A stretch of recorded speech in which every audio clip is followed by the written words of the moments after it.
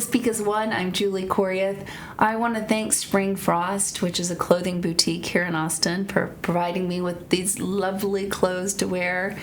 They are up north off of Burnett Road, and for those of you who are not in Austin, you can shop online. So we will have all of their information below.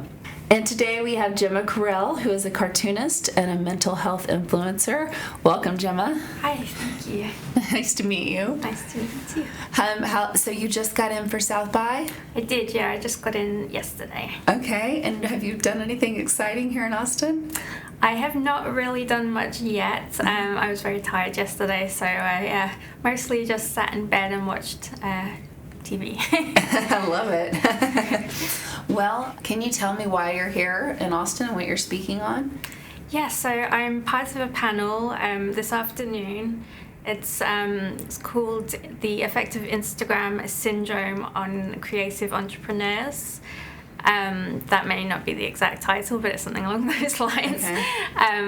And it's hosted by Tim Story, and we're going to be discussing the effects that social media has on mental health, and particularly the mental health of entrepreneurs and people like me. I think they call me an influencer, which is kind of not necessarily what I'd call myself, but you know, and just people in general, actually, how social media affects people and how it can help as well. Yeah, can we touch on that? Because it's been a topic that I've been hearing a lot about lately, even amongst some other moms. We are trying to form a group where we bring our kids in and we watch this, like, social, I think it's social media 2.0 or something, and we're trying to make changes in our home because of mental health and social media. So could you touch on that for us? Yeah, I mean, I can imagine as a mom it must be very overwhelming trying to figure out social media. I know for myself personally, social media is, you know, a double-edged sword because it's essential really for my work. But at the same time, the effects on mental health can be, even for me, kind of having the knowledge of how it can affect others. And a lot of the time, so social media being this double-edged sword of being a great community, and for people with mental health as well, like, it's a great place to find content and other people who suffer or experience things in the same way as you do. But at the same time, it can be really difficult being on there and seeing these, like, curated perfect lives or perfect work. So yeah, really we're going to be discussing this double-edged sword. And I think you answered the question. So then I guess my next question would be, I haven't heard of, like, social media and how it affects entrepreneurs. I haven't thought about that. One, because I've stayed out of social media for a long time, and the only reason I post is for work, because it was affecting my mental health. So how is it, can you tell me, how is it affecting entrepreneurs and what they do? Yeah, so for entrepreneurs, obviously social media is essential. It's a way of building the brands and their personal brands. And so social media is very entwined in everything that they do. And, you know, I guess I wouldn't necessarily call myself an entrepreneur per se, but I'm in that realm at least. For entrepreneurs, it's very important to use social media as part of their brand, but at the same time, obviously you're seeing your competition all of the time, and people only show you the good side of things. So it's very easy to get overwhelmed and jealous, I guess, of other people's seemingly perfect lives and success. And I think that's it for entrepreneurs, and particularly you have to be on all the time. And if you have this personal brand on social media, it's all encompassing. It's your whole life. You're like living this brand. You're working all day, and you're trying to keep up with other people. So social media gives a very false impression of other people's lives, and it gets into this kind of competitiveness, I think. Yeah, I can see that. I had a friend that was saying that I think his wife follows this one person on social media, and it makes it look like she's traveling the world and staying at all these hotels, and then come to find out she's, trying to find, which there's nothing wrong with this. I do it all the time, but the cheapest flight on the, airline that is, and that she's only going to these hotels and taking a picture, and she's not actually staying there. Yeah. Things like that, just like fabricating the truth. Yeah. Yeah, I could see that. And I have found myself, there's a couple of people I follow, and I'm just, thinking, oh my gosh, I'm not even near that point yet, But, yeah, it is a double-edged sword, as you say, and it also is what you're doing is being used for good. So that's wonderful. I looked at your work and I love it. I wish I would have known about it when I was going through like my darkest days, because it's just funny in a way that it just can make you laugh about, yourself a little bit and what's going on in the mental health space. And not that it's something that you laugh about, but it's also sometimes you don't have to take yourself so seriously, because when you're in it and you're in depression and anxiety, it's just you can really get inside yourself and take a step back and just laugh for a minute. Yeah, even if it's just for a minute. Yeah, that's what I hope to do. I mean, really, I started out drawing these things for myself. And I've always drawn since I was a kid, and it's kind of been a way to get my feelings down on paper. I've never been particularly articulate. You can probably tell from this interview. But it's always been hard for me to say if I had to speak to a doctor or something. I just couldn't get the words out, whereas if I drew it or if I wrote it down, I could say what I wanted to say and how I was feeling. So really I started making the work just for myself. I keep sketchbooks. I draw in my sketchbook every day, and I would just kind of journal basically how I was feeling. And then I just kind of thought maybe I'll share one of these sketches on social media. This was kind of the early days of Instagram, and not really expecting much of it. And then I actually got a really great response. A lot of people were very responsive to what I'd shared, and I guess saw themselves in it a little bit as well. And so as time went on, I started sharing more of these like sketchbook works about my mental health, and it just kind of grew from there. Wow, that's really impressive. Can you tell us where you were raised, a little bit about how you were raised and when you started noticing mental health? So I grew up in England. I don't know if you can tell from the accent, but I'm not from the US. I started, I was anxious from childhood. I was the kind of anxiety of just like general worrying about everything, like why is my cat not come home, and what if my parents don't come home if they went out for a night. And so I struggled with this anxiety all through childhood, but as I said, I had trouble articulating things, so I just kind of kept it all inside. I thought I was the only person in the world who felt like this. So I didn't have the language to say I feel anxious. It wasn't necessarily even, I didn't know that what I felt was anxiety. It was just like this horrible knot in my chest the whole time, and this horrible bad feeling. And So I just grew up feeling like I was the only person in the world that felt like that. And it wasn't until I was like in my late teens and my anxiety had got really, really severe, to the point where by the time I was in college, I had developed agoraphobia and I couldn't go outside basically for a couple of years. I developed phobias kind of in my teen years. I became claustrophobic.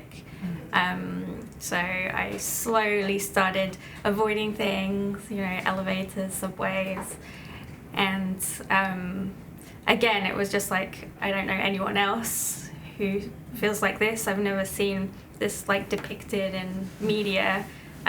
All I knew about panic attacks was what I saw on TV with people like going crazy and like breathing into a paper bag and like rocking back and forth, and that's not how it presented for me at all. No. It wasn't until I was maybe 18 and I went to a doctor and said like I don't know what's wrong with me, I can't go outside basically, that I was first diagnosed and started to understand what was wrong with me. How did they help you take steps towards going outside and being part of, I guess society again? Would you say it that way, or? Yeah, I was at college at the time, so I basically was just shutting myself in my room, and I had kind of tried to, I don't want to say help myself because it wasn't helping, but the only way I felt more confidence and less anxiety was by drinking, which is obviously a very bad coping mechanism. So I had started doing that, and it was helping a little bit to help me get out, but then I would just, the anxiety would come back worse the next day. So when I went to the doctor, they put me in touch with a therapist, which I had to wait quite a long time to see the therapist, but they also started me on some medication, which was really helpful. And I mean, to be honest, the therapy that they put me in touch with there was no access to something like cognitive behavioral therapy or anything like that. It was like a counselor who, was well-meaning but wasn't really trained in any real kind of mental health,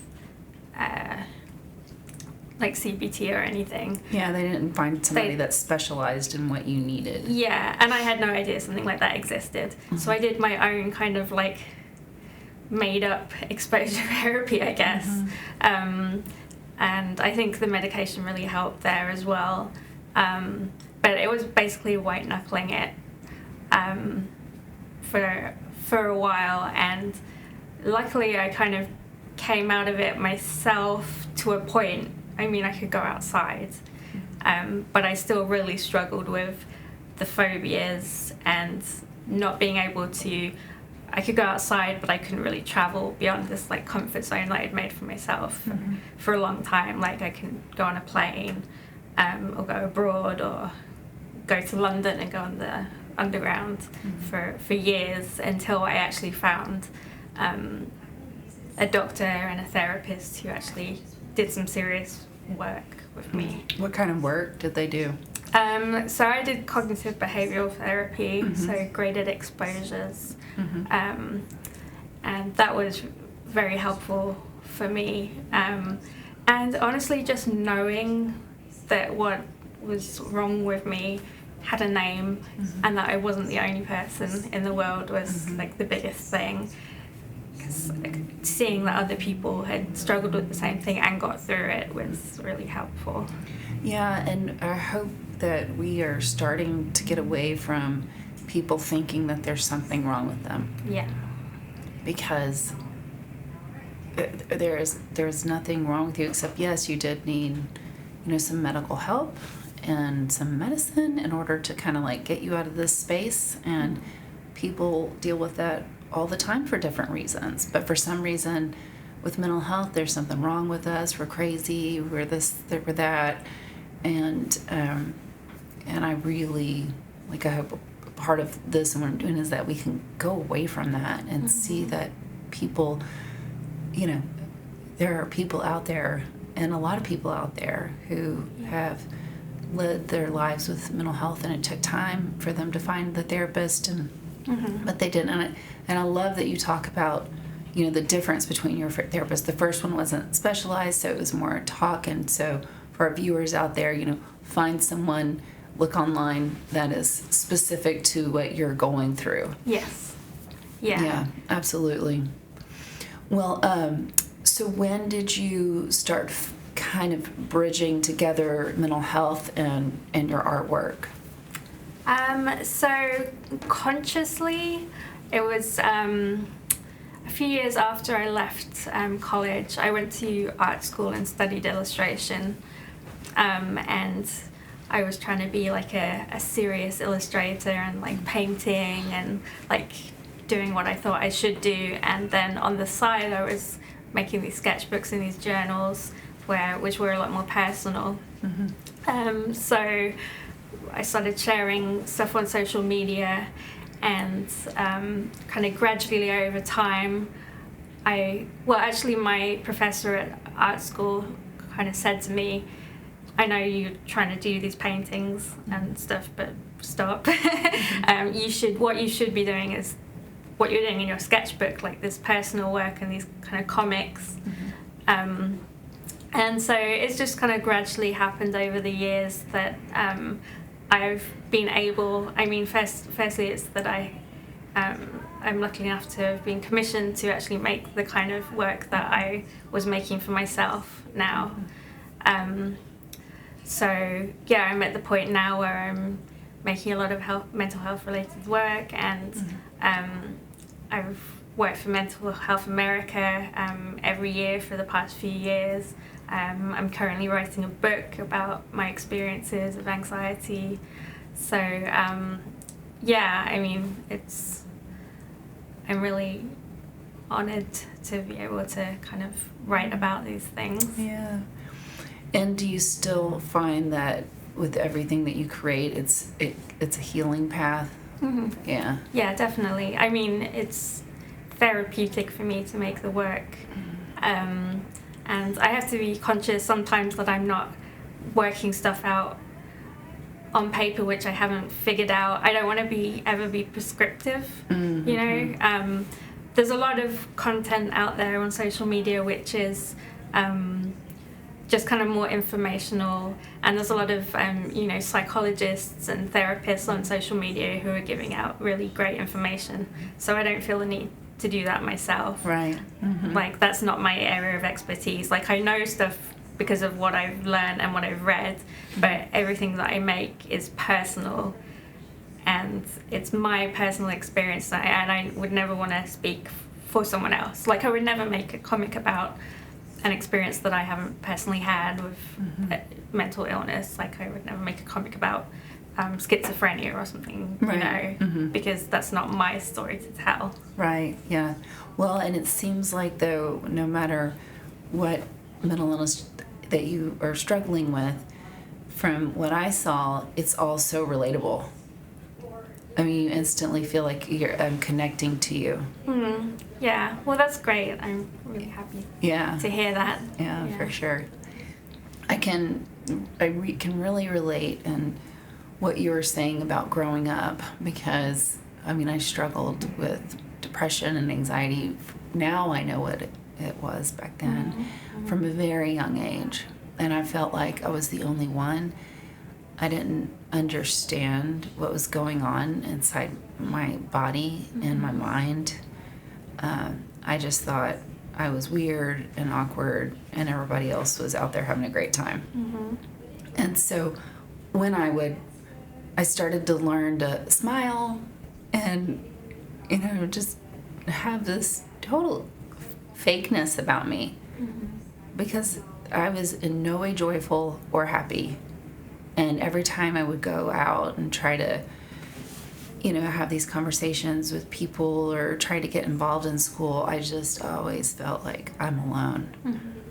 And, I think a lot of people feel like that, but the more we talk about it, hopefully the more people, and especially young kids, I think now as adults, so many people are understanding that you need to go to therapy, and that's great, but these small kids are, in school and feeling that way, and there's no education around it, and there should be. Yeah, there absolutely should be, because there's, at any one time, there's, a bunch of kids in the same class struggling without the language to express how they're feeling. And I think that mental health education should start straight away, really. I mean, I've since spoken to kids and adults that I was at school or college with who were really struggling themselves with things, and I had no idea, even as somebody who, I'm a pretty empathetic person, and I was struggling with the same kind of things, and they were like, oh yeah, I was struggling with anorexia that year, and like I had no idea. And it's kind of heartbreaking to think that we're all just struggling by ourselves, when we could have been supporting each other. Yeah, absolutely. How did you start getting involved with Mental Health America? So they contacted me, I think 5 years ago. They were working on this campaign called Mental Health Feels Like, and they wanted some illustrations to accompany. So Mental Health Feels Like was a hashtag, and then people would reply with their own experiences. So of any kind of mental health issue. So I would take those quotes and then I would illustrate them, and then they would use them on social media and on their websites. And then that campaign went down really well, so we just kind of continued to work together every year since then for Mental Health Month in May. That's great. That's really cool. Do you find that people reach out to you wanting to connect with you because of their mental health issues? Yeah, they do, and it's something that I have to be careful with because, as I said, I'm not an expert. I only have my own personal experience, and if it's something just to kind of chat about in a casual way, then that's fine. Like, I'm fine with that, but I don't want to give the impression that I have it all together either, because I absolutely don't. I don't either. That's the biggest thing I want people to know here is I am not an expert. I'm not a doctor. In a lot of ways, I'm still trying to understand mental health. Because I have my story and you have your story, and there are some commonalities, but they're also very different. Yeah. And with all the wonderful, more information from doctors that we have out there, which is absolutely needed, I also feel like the only way we're going to learn more about it, and for people who maybe who don't go through something so severe are going to understand and create compassion, is by hearing the stories. Yes, it's very different to see a worksheet, say, with a list of symptoms, which you don't, because everyone is different, everyone presents in a different way, and it's these like cold hard facts are a lot more difficult sometimes to put into context than hearing a story that you relate to, and it's not necessarily just a list of symptoms. It's like, oh, okay, so anxiety is also physical. So say like I used to get a lot of headaches and like neck and back pain, and that's something that you wouldn't necessarily see on a fact sheet, and connect with it being a symptom of anxiety, but you might hear somebody talking about it. Right, yeah, absolutely.